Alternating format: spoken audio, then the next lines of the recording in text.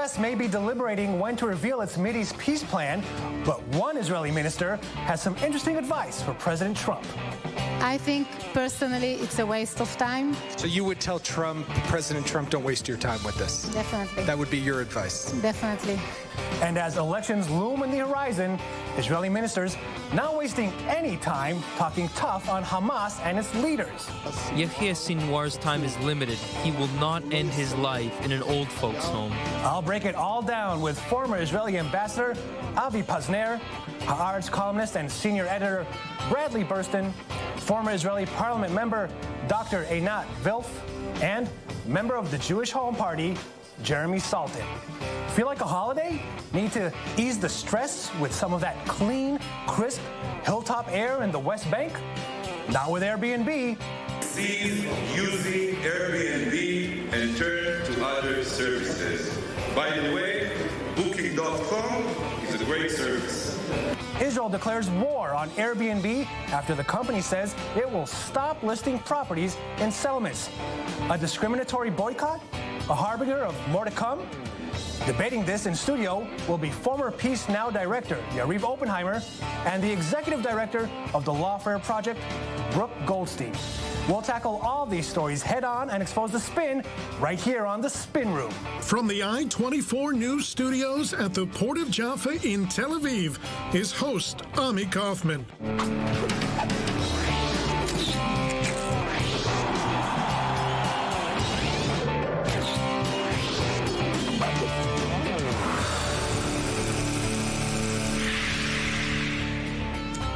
Thanks for joining us. We begin our show with the fragile coalition of just 61 parliament members headed by Prime Minister Benjamin Netanyahu. The resignation last week of former Defense Minister Avigdor Lieberman has put the Israeli government in stormy waters. The Prime Minister is managing to hang on so far with a slim majority, but the question on everyone's mind is just how long can it last? I'll answer this and more with my guest today, former Israeli ambassador to France and Italy, Avi Pazner, chairman of the Anglo Forum of the Jewish Home Party, Jeremy Saltan, former Israeli parliament member, Dr. Einat Wilf, and columnist and senior editor at Haaretz.com, Bradley Burston. Thanks, guys. It is great to see all four of you today. Thanks for coming on. Sure, thank you. I'll start with you, Avi. Okay. The opposition tried to get some no confidence votes through yesterday, tried to disperse the parliament. Didn't succeed. The coalition isn't letting anyone fly out of the country just so they don't lose any votes. Yeah.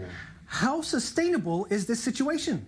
I don't think it is sustainable for a long time, although I must tell you that Prime Minister Yitzhak Shamir had a 61 coalition for 2.5 years. But there were other kind of members of parliament. You didn't have Oren Chazan. You didn't have Smotrich. I mean, a whole list of people who are completely unpredictable, right, and you don't know what they are going to do. So I don't think that in the present Knesset it can last very long. You know, the Prime Minister, Benjamin Netanyahu, is being credited this week with some, shall I say, amazing political wizardry, calling him a magician. Does he deserve it?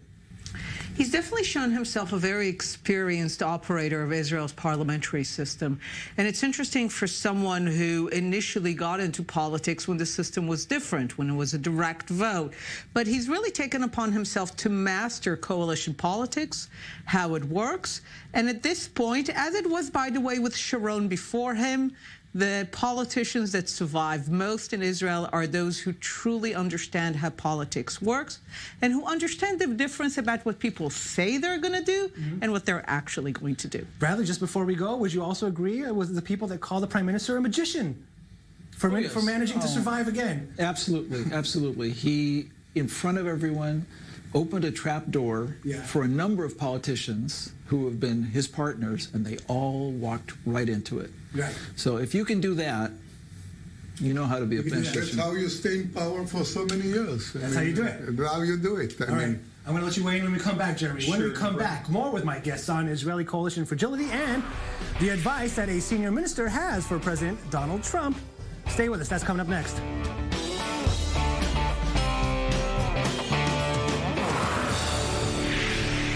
The back on the spinner with my guests, Avi Pazner, Einat Wilf, Bradley Burston, and Jeremy Saltan, still discussing the coalition fragility. And just to show you how fragile this thing is, Jeremy, a coalition member from the Likud, Sharon Haskel, actually had to leave. She was called to leave the hospital, still connected to her drip, and come to the parliament to vote. She spoke to I-24 News yesterday. Let's have a listen. The tricks of the oppositions are not going to work. We are strong. And when I was told that I'm the vote of the majority, that if I'm not here, there's not going to be a majority, there wasn't even a question. I knew I'm packing my bag and I'm coming to Jerusalem for a few hours for the votings. The doctors weren't very happy with it, but this is some of the things that we need to do for our work. I mean, agree. This really shows how fragile things are. I mean, should she be applauded for her efforts coming with the drip from the hospital, or should we be a little more serious and maybe even reprimand the coalition for taking a woman out of the hospital? Well, first of all, let's say happy Thanksgiving to all of our American viewers. Of course. Thanks for having me back on the show. I got to say, I've never seen that sort of devotion before by a coalition member, let alone someone who's number 30-something on the list. Yeah. I'm sure that's going to help her in the primaries. My understanding is that she went against her doctor's wishes. So you think she did that for political gain? She obviously believes very much in this coalition. Otherwise, she would not put herself at risk. Again, we heard her tell your own I-24 news reporter that she's here against the doctor's wishes. So that is just an amazing thing. Look, we've had a 61 MK coalition before. We don't have to go back to the 90s with Shamir. We had it at the start of this government. Right. We had it for a year and change. It's not easy. I agree there's a few people who would perhaps prefer to not have the entire coalition ride on their particular votes. But I do think that overall, this is something that is doable. This is an amazing government, one of the best governments Israel's ever had. What we've done in education, in the justice system, best in defense. Israel's ever had, Bradley? Well, it's a matter of taste. It's a matter of taste. Go on. I'm happy to You learn. give me 10 minutes, I'll give you all of the government achievements. We don't have time for that because I want to move on, actually, because as I said, I just wanted to say there is a big difference in a 61 coalition in the first year after the election, and now when everybody knows that we are going to have election maximum until 1 year from now. It is much more difficult to contain a coalition like that. And by the way, Mrs. Haskel did a great job because I never heard of her. I didn't know that she existed. Now I know. Now I know. One of the few Anglo MKs, you should know her name. She's a very vocal parliamentarian. She is vocal. Regardless, elections are going to be in 2019. Okay, you ready for some polls? Because, like I said before, we're all talking. We're all talking about elections in the horizon. If either early elections, maybe in March, or even if they're in the regular time in November, it's getting there. An election year. Exactly. Thank you. The latest poll that we have shows that the Likud is still hovering around the same area, with 30 seats. This is the Prime Minister's party. Yesh Atid with 17, the main opposition party led by Yair Lapid, 13, Jewish Home, Joint List 13, and Zionist Union with 12, which is about half of what it has right now in the Knesset. And, of course, everybody is doing this poll now. What happens when former Chief of Staff Benny Gantz decides to join the race and most probably join the Zionist Union? Here it is. Likud still with 30, but the Zionist Union up to 26.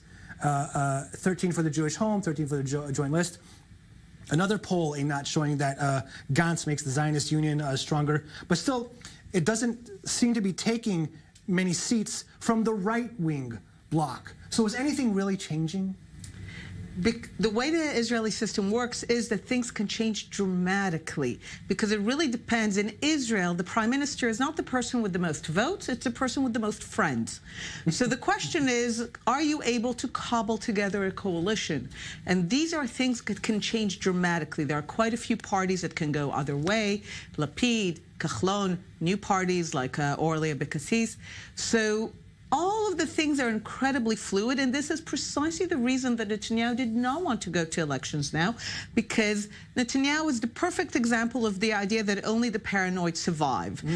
He knows what to fear, and he understands that even though he appears strong now, it doesn't say much about how it ends. I wanted to say that there is something misleading about these polls.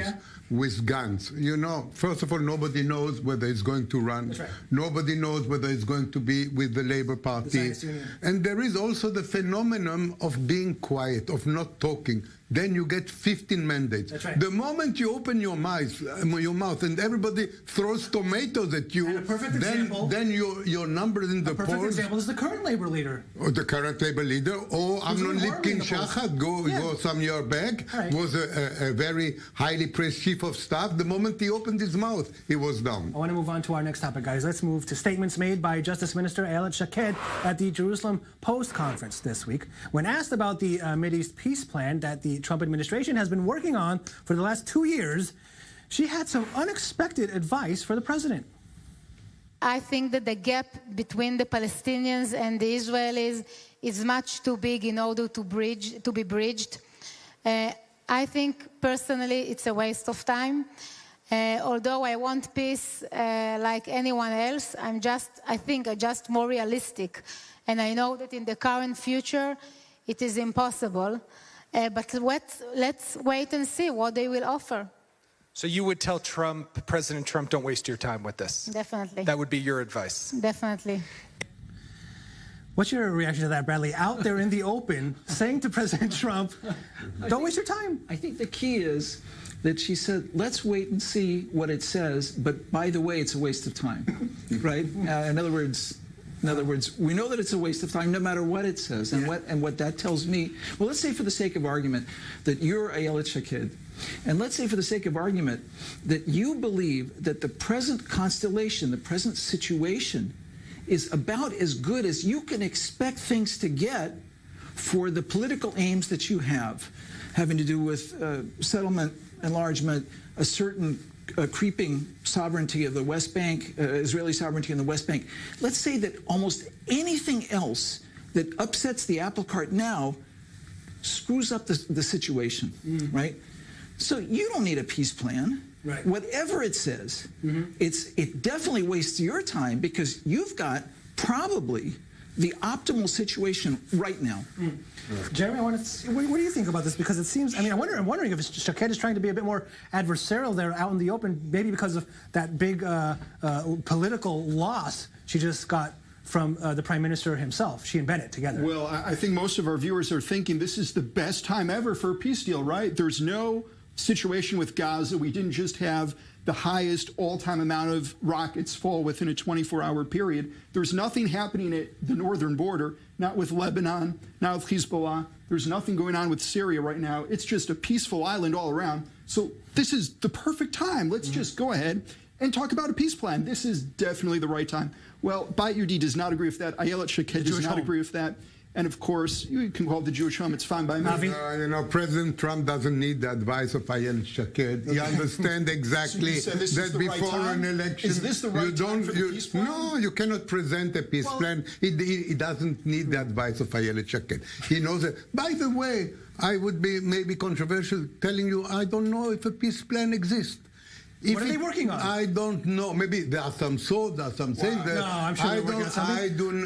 I do not believe that the peace. I do not believe that the peace plan exists because it would have leaked long time ago. And I'm sure you agree that it exists. Probably. I mean, they're working on something. I actually don't think that there's a plan in the way we used to think about it in the 90s in terms of the details. What like they're a piece of working paper on, where it says boom, boom, boom. So what is because it? the details don't matter at this point. What they're working on, and the reason that I think that President Trump, if any president, might actually stumble into making peace, it's this president. First of all, because he's touching the core issues. He's touching Jerusalem. He's touching the right of return, and he's doing it in a clear way. He's not coddling the Palestinians, and he's sending a clear message about coming to terms with reality, which is a key element on the path to peace.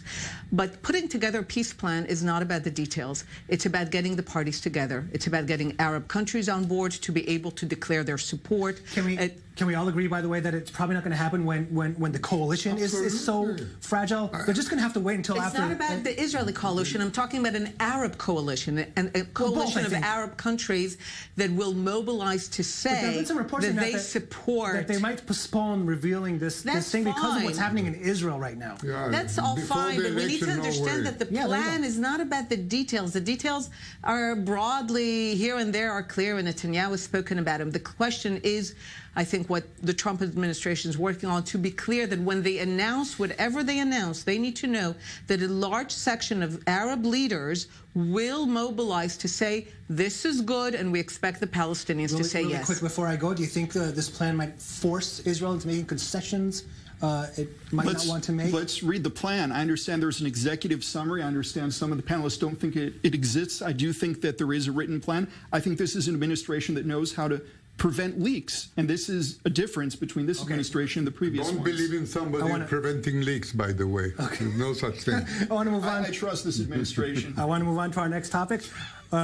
Bradley doesn't trust the administration, apparently. What's next for Gaza? There are still riots on the border, and the ceasefire with Hamas seems to be hanging by a thread. Meanwhile, also at the Jerusalem Post conference this week, which we just talked about, Israeli ministers, excuse me, we're talking very tough talk with security cabinet members Gilad Erdan, Yoav Gallant, and Israel Katz, calling for targeted killings of the group's leaders.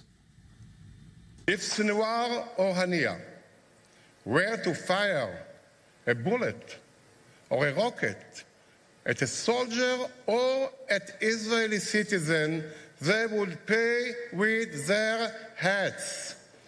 Yahya Sinwar's time is limited. He will not end his life in an old folks' home. Moving from defense to offense against Hamas means going back to targeted killings of the terrorist leaders of Hamas's military wing. And it also means being willing to capture and hold the Gaza Strip until we dismantle the terrorist infrastructure. Because unfortunately, today, we are closer than ever to doing this. So what's behind all this tough talk, Einat? So those threats are about as good a guarantee of getting to old age as the Hamas leaders can get. I mean, we've seen it again and again. Israeli leaders talk tough when it comes to actually acting and suffering the consequences for the Israeli public. They do nothing. Of course, the most famous one was when former Minister Lieberman said he gets into office within 48 hours. Bradley, what's your take on this tough talk? Well, my take on it is that when no one has any idea what to do with Gaza, they start to talk about assassinating someone, because it really is one of the few ways you can. I mean, it's a redefinition of what a targeted assassination is, because actually what you're doing is you're targeting the Israeli public and you're saying, I have a plan that has nothing to do with Gaza itself. We're going to fix this by lopping off the head of the snake. The problem is that that you have an entire constellation of problems and a huge apparatus called Hamas, which, if you lop off the head of the snake, as they did with Sheikh Yassin, and a large... They haven't read their Greek mythology. Right. It's Hydra. Come on, Jeremy, it's Hydra. Like this is really empty talk. It just, look, we had an outgoing defense minister. You mentioned the 48 hours of Igor 48 hours Lieberman. That is not the type of tough talking you expect from an Israeli defense minister. So now we have a bunch of people who, I don't know, maybe they're in an audition for foreign minister. Maybe Naftali Bennett doesn't talk like that? Naftali Bennett has been a consistent person when it comes to how he speaks and what policies he puts forward. You can like him or not, but he's always consistent. I would advise our minister to learn from President Teddy Roosevelt to say, talk softly and carry a big stick. They are doing exactly the contrary. They carry a very little stick as far as Hamas is concerned. Okay, we have to go when we come back. More with my guests on Gaza and Donald Trump's controversial statement on the murder of Jamal Khashoggi and how Israel ties into all of it. That's up next.